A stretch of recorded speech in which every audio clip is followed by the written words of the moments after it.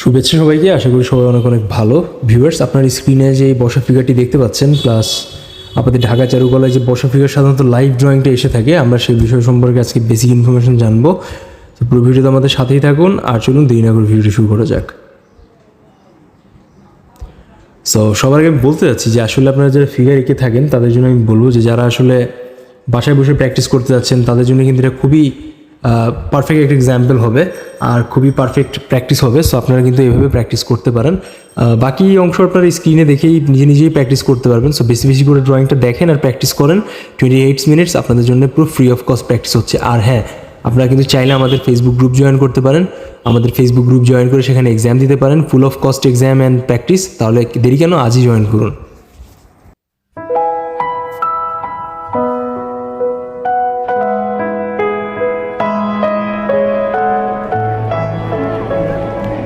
Excuse me. আমাকে বলছেন? হ্যাঁ, আপনাকেই। আপনি রূপকথা, লতে পড়েন, 4th ইয়ার। খুব ভালো আবৃত্তি করেন ক্যাম্পাসে। আমি কি পরিচিত হতে পারি আপনার সঙ্গে? কেন বলুন তো? অভয় পেলে সহজ করে বলতে পারি। বলুন। সুন্দরের আশীর্বাদে ঋদ্ধ করতে চাই নিজেকে। আচ্ছা, আর কঠিন করে বললে? সুন্দরের পূজাই মানুষের ধর্ম। কিন্তু দূরত্ব রেখে নৈকট্যের সাধনাই কি পুজোর ধর্ম নয়? হ্যাঁ, তবে কোনো কোনো দূরত্বের জন্য নৈকট্যেরও প্রয়োজন। চাঁদের পূজা আকাশে নয়, মাটিতেই শোভা পায়। দিনের আলোয় লুকিয়ে চাঁদ যে মাটিতে আসে না, তারই বা কি প্রমাণ? ভালোই তো বলেন দেখছি। উপমার খোঁজে কবিকে গদ্যের কাছেও যেতে হয় বই কি। কিন্তু মরুভূমিতে জল খুঁজলে কেবল মরিচিকাই মেলে। ধরুন, যদি মরিচিকাই পেতে চাই? আলেয়ায় আলোর তিয়াস মেটে না, আলো আলোই। অতটা জোর দিয়ে বলবেন না। তুচ্ছ আলেয়ায় যে আলোর চেয়ে কখনো কখনো দামি নয়, কি করে ভাবি বলুন? কোনটা কি অতটাই কি সহজ নিশ্চিত জানা? দেখুন, আপনার সাথে মিথ্যে তর্ক করার মতো সময় এবং ইচ্ছে কোনোটাই আমার নেই। Please, sorry. যা চলে গেল। হায় নারী, তোমার রহস্য স্বয়ং বিধাতা বোঝেনি, আর আমি তো নিতান্ত সাধারণ। তোমার দুচোখে কেবল নৈশব্দের শিল্প চর্চা, প্রকৃতির শাশ্বত রহস্য তোমার সমস্ত অবয়বে।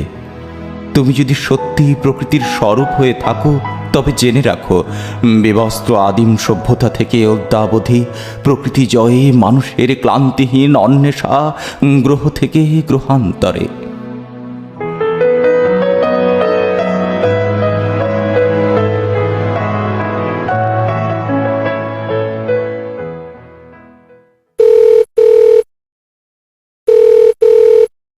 হ্যালো। কেমন আছেন? কে কে বলছেন? আমি অপরিচিত।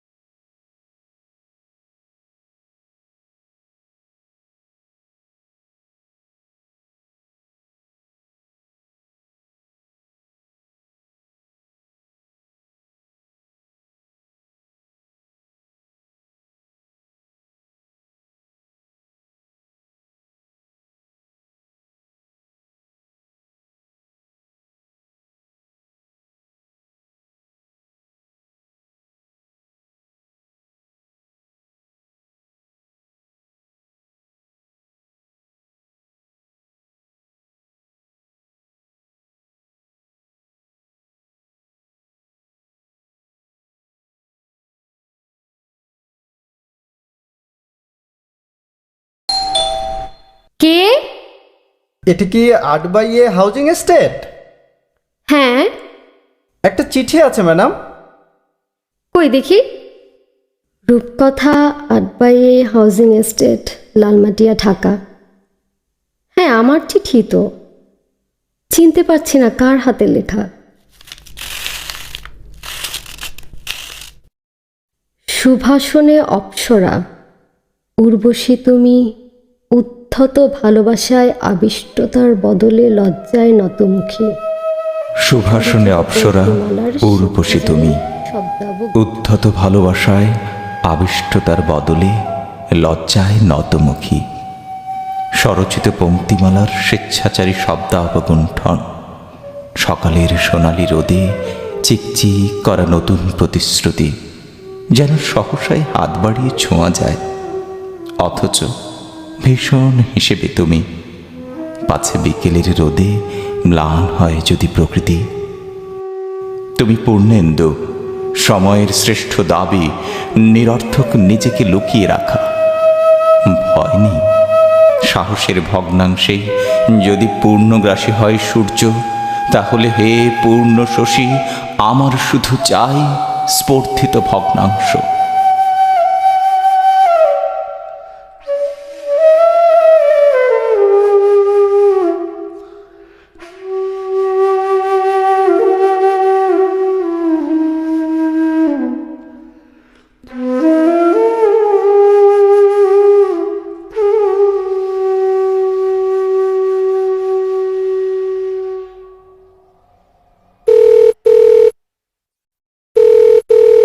হ্যালো, অনেকদিন ক্যাম্পাসে আসছেন না আপনি।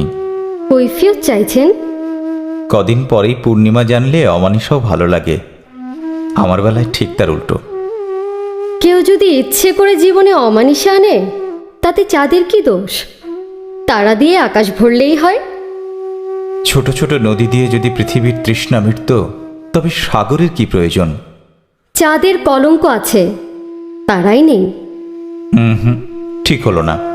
তারাই কলঙ্ক ধরবার জায়গা নেই, চাঁদে আছে। তাই তো এত আলো, এত মায়া।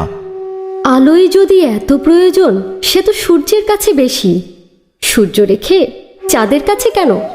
জানি সূর্যের আলো বেশি, কিন্তু সে আলো শুধু জীবিকার জন্য, জীবনের জন্য তো নয়। আমি কবি নই, তবু মধ্যরাতে ছুটে যাওয়া এলোমেলো মেঘেদের সাথে মিত্রতা আমার ভালো লাগে। আজকাল ভালো লাগাও হয়েছে লাগাম ছাড়া, যেখানে জীবন মানে যুদ্ধ যুদ্ধ খেলা, অনেক পাওয়ার পরেও আরো আরো চাওয়া। সেখানে আমার কেবল ভালো লাগে স্বপ্নে সহস্র পথ অতিক্রম করা। ভালো লাগে কবিতার কোলে মাথা রেখে জানালার সারস্মৃতি খোলা আকাশ দেখা, নিশাচর চাঁদের সাথে লুকোচুরি খেলা, আর রাত জাগা পাখিদের সাথে থেকে থেকে ঘোষণা করা, আমিও থমকে গেছি সভ্যতার শিখে। প্রচলিত শৃঙ্খল ছিঁড়ে বেরিয়ে পড়ি আর এক নতুন নরকের খোঁজে। ভালো লাগে স্বচ্ছ জলে নিজের প্রতিবিম্বে অদ্বিতীয় রহমিকা। ভালো লাগে কাঙ্ক্ষিত নারীর উপেক্ষা, আর উপেক্ষার বেদনায় নীল হওয়া।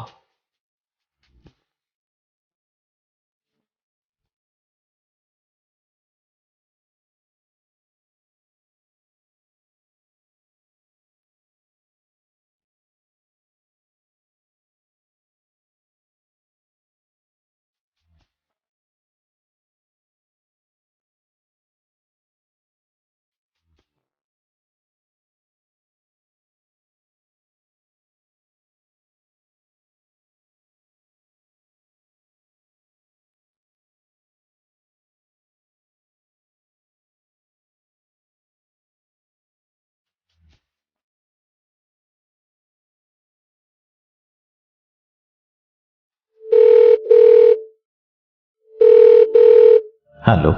এতদিন কোথায় ছিলে? লুকিয়ে। কোথায়? সাগরের ঢেউ যেমন সাগরে, ঠিক তেমনি তোমার মাঝে। অথচ কি ভীষণ খুঁজেছি তোমায়, সারাক্ষণ সবখানে। কোথায়, কখন, কবে, কোন বেড়া ধরে গেল। সত্যি কি অকৃতজ্ঞ আমি। একবারও জানতে চাইনি কি তোমার নাম, কি পরিচয়। আজ জানতে চাইছ, কিন্তু বন্ধু,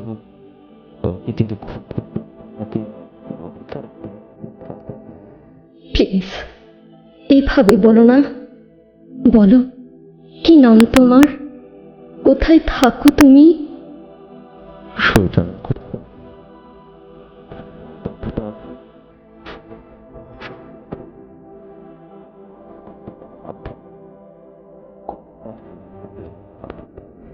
না না, এ বিনয় নয়। বন্ধুত্বের পূজায় কাগজের অঞ্জলির চেয়ে শূন্য নৈবেদ্য যে ভালো, সে আমি জানি। কিন্তু আমি তো বড় এভাবে অভিমান করো না। তোমাকে যে আমার অনেক কথা বলার আছে, প্লিজ।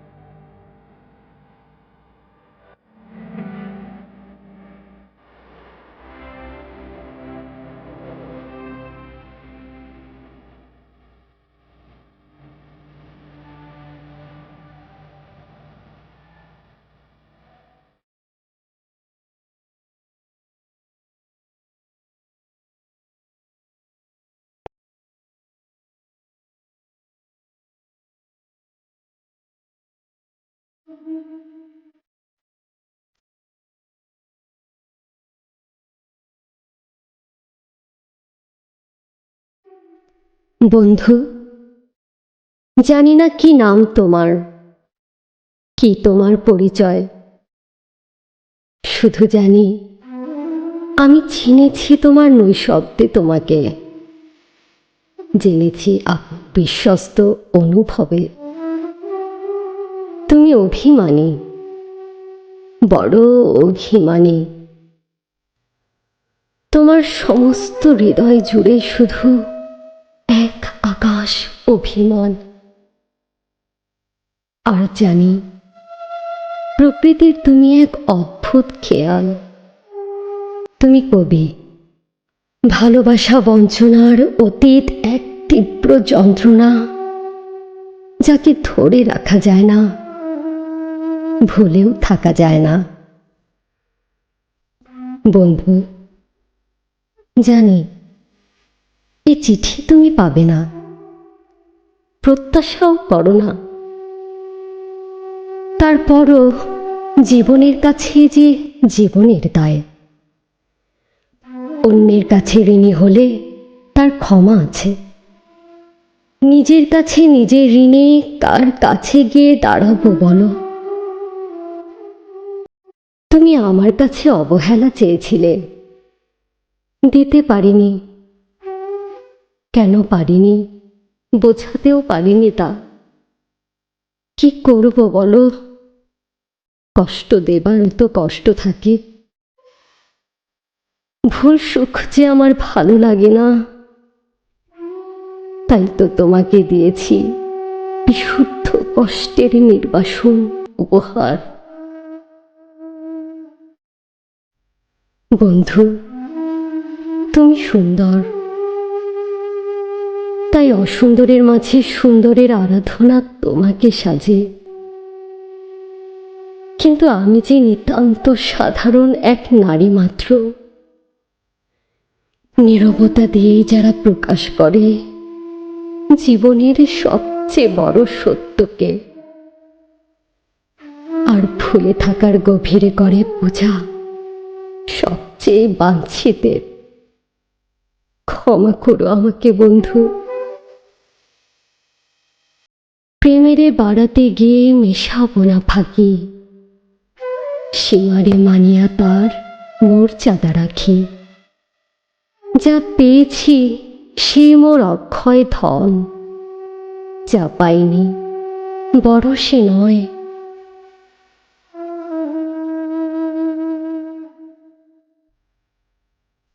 চিত্ত ভরিয়া রবে ক্ষণিক মিলন, চির বিচ্ছেদ পরিজয়। তুমি জানতে চেয়েছিলে কোথায় কখন কবে কোন তারা ঝরে গেল, আকাশ কি মনে রাখে? হ্যাঁ, কিছু কিছু তারা আছে অভিমানে ঝরে যায়, রেখে যায় শুধু ক্ষত চিহ্ন।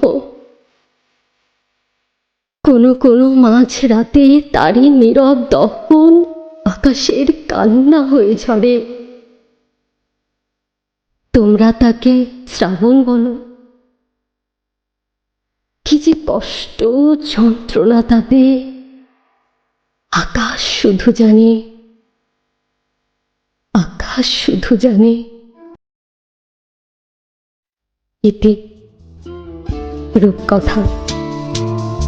নিশিদিন শুনি